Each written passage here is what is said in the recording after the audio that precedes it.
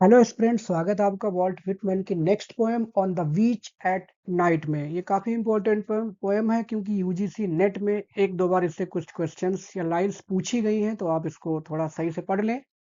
Poem publish हुई थी 1871 में और एक एक मिस्टिक पोएम है जिसमें उन्होंने अल्टीमेटली जो ह्यूमन सोल है उसकी इमोर्टलिटी की बात की है। जैसे हिंदू धर्म में आत्मा को अजर अमर कहा गया है, ठीक उसी हिसाब से वॉल्ट विटमैन ने इस पोएम में उस आत्मा की अमरत्व की बात की है, जिसमें एक छोटी सी बच्ची अपने पिताजी के साथ खड़ी हुई है बीच पर रात के वक्त। और वो सारे डिवाइन ऑब्जेक्ट्स हैं, उनको देखने के बाद उसको थोड़ा सैड फील होता है। उसके बारे में उसके पिताजी उसको समझाते हैं कि अल्टीमेटली क्या इंपॉर्टेंट है, वही इस पोएम में बताया गया है। थीम्स की बात करें तो solitude, isolation, nature, morality, cycle of life, the power of darkness and night और अल्टीमेटली इमोर्टलिटी ऑफ सोल की बात की गई है, जो कि बताते हैं। Let's begin. जो फर्स्ट स्टेंजा उसमें कहते हैं कि on the beach at night, एक छोटी सी बच्ची बीच पर रात के वक्त अपने पिता के साथ खड़ी हुई है, उनका हाथ पकड़े हुए। क्या देख रही है? पूर्वी दिशा में ऑटम स्काई, पतझड़ का जो मौसम चल रहा है उसके वक्त में आसमान को देख रही है, रात का वक्त है। अप थ्रू द डार्कनेस, अंधेरे से होकर के क्या दिखाई देता है? वाइल रेवनिंग क्लाउड्स, द वेरियल क्लाउड्स, एकदम शोर करते हुए बादल। वेरियल क्लाउड्स, ऐसे बादल जो कि कब्रगाह जैसे दिख रहे हैं, जिनमें सब कुछ समा जाए, इतने भयानक दिखते हुए बादल।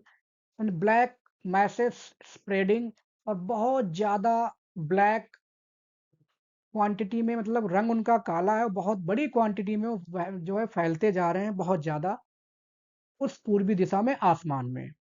लोअर सलन, सलन का मतलब वैसे यहाँ पे खिन्न भी हो सकता है, हठी जिद्दी टाइप के बादल हैं।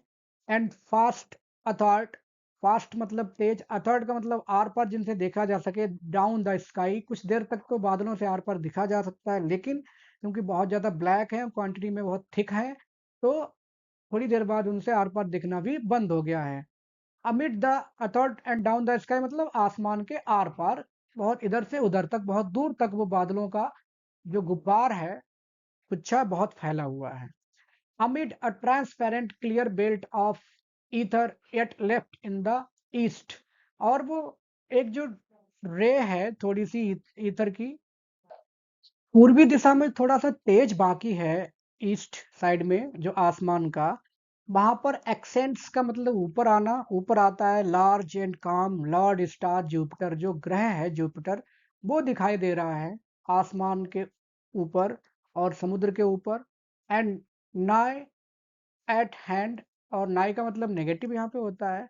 नाई एट हैंड मतलब ऐसा नहीं पास में हो, दूर। Only a few, only a very little above swim the delicate sisters the प्ली प्लियडीज। इसका मतलब क्या होता है? सब ऋषि, जो तारामंडल होता है, 7 तारों का समूह, प्लियडीज जिनको बोलते हैं, ये भी सब दिखाई दे रहे हैं। मतलब 3 चीजें वहां दिख रही हैं, एक जुपिटर, एक प्लियडीज मतलब 7 तारों का समूह, सप्तऋषि, और जो समुद्र है उसके ऊपर का नजारा, ये सब उनको दिख रहा है उस बच्ची को अपने पिता के साथ जो खड़ी हुई है।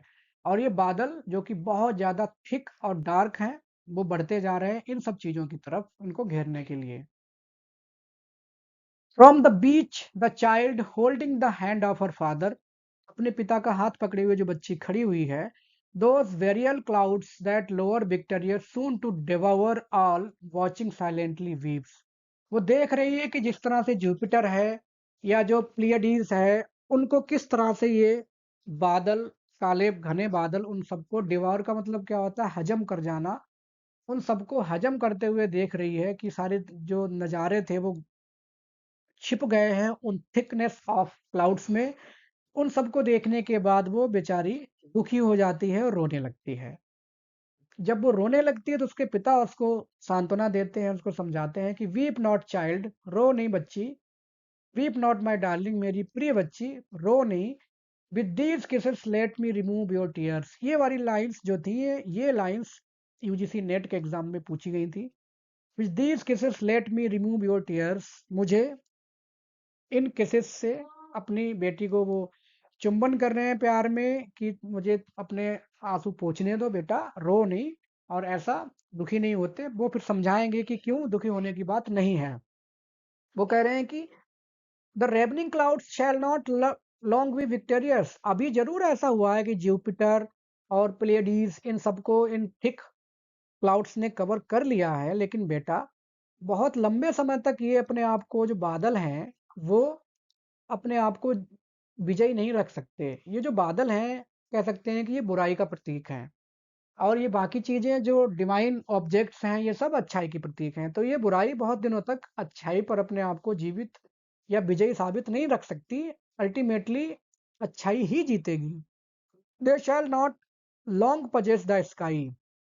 और बहुत लंबे समय तक आसमान में ये नहीं बने रह पाएंगे। दे डिवॉर द स्टार्स ओनली इन अपेरिजन।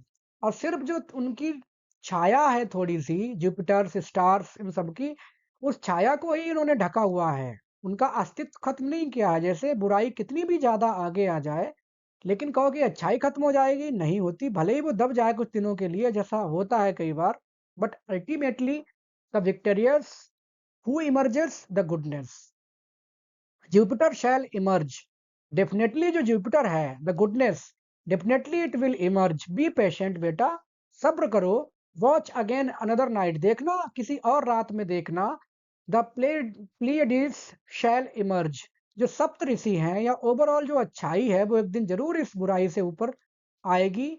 और यही विक्टोरियस साबित होगी, इन्हीं की असली जीत होगी। बुराई का एक क्षणिक मात्र जीत है। It definitely will be finished when all these things will emerge.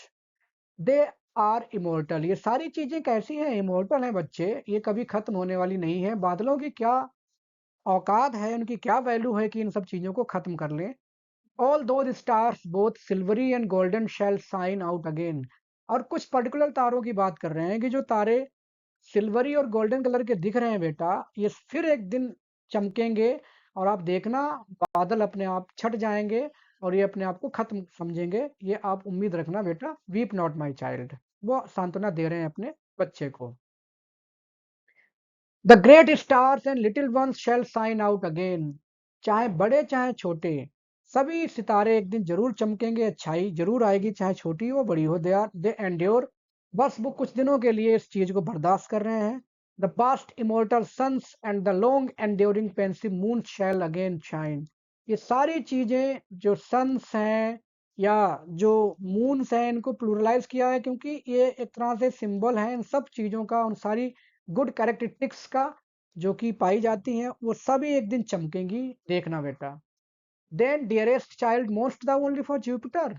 और क्या मेरी बच्ची, तुम क्या सिर्फ जुपिटर के लिए रो रही हो, या तुम सिर्फ एक पर्टिकुलर क्वालिटी या अच्छा की बात कर रही हो? नहीं, ये मत करो। क्योंकि कंसिडरेस्ट thou alone the burial of the stars। और क्या तुम सिर्फ चांद सितारे, जो सितारे दफन हो गए हैं उन बादलों के अंधेरे के पीछे, क्या उनके बारे में सोच रही हो? नहीं, मत सोचो। इससे भी ज्यादा जरूरी है इमोर्टल कुछ और। ये चीजें इमोर्टल हैं, स्टार्स, जुपिटर्स और प्लियडीज, ये सब इमोर्टल हैं। लेकिन समथिंग इज देयर इज, जो कि मिस्टिक फिलोसफी है इस पोएम की, वॉल्ट विटमैन की। यहाँ उस इस पैराग्राफ में उसी फिलोसफी के बारे में बताया गया है। समथिंग देयर इज, डेफिनेटली कुछ ऐसा है। With my lips soothing the adding I whisper. अब वो फिर से कह रहे हैं कि अपने उस मतलब अपने लिप्स से मैं तुम्हें सांत्वना दे रहा हूँ। एडिंग आई विस्पर, और धीरे धीरे समझा रहे अपनी बेटी को कि I give the the first suggestion, मेरी पहली सलाह। द प्रॉब्लम एंड इनडायरेक्शन, की जो प्रॉब्लम है, जो जिसको तुम परेशान हो रही हो जिस चीज को देख करके, उसका मैं तुम्हें एक सारांश बता रहा हूँ, उसका सोल्यूशन बता रहा हूँ बेटा। कि something there is more immortal even the stars, की जो चांद सितारे, प्लियडीज, जुपिटर, इनसे भी ज्यादा कुछ इमोर्टल है। एक ऐसी चीज जो कि कभी भी खत्म नहीं होती है। वो क्या है? Many the burials, many the days and nights passing away. बहुत सारे बरियल्स का मतलब क्या है? दफन होना। और बहुत सारे दिन रात, समय बहुत गुजरा है बेटा, सब कुछ चलता रहता है। लेकिन something that shall endure longer even the lustrous Jupiter. Jupiter से भी ज्यादा इमोर्टल जो चीज रहेगी, बहुत ज्यादा चमकीले, जुपिटर से भी ज्यादा जो बहुत दिनों तक रहेगी, इमोर्टल रहेगी, साहित्य जिसका बना रहेगा। लॉन्गर देन सन और एनी रिवॉल्विंग सैटेलाइट।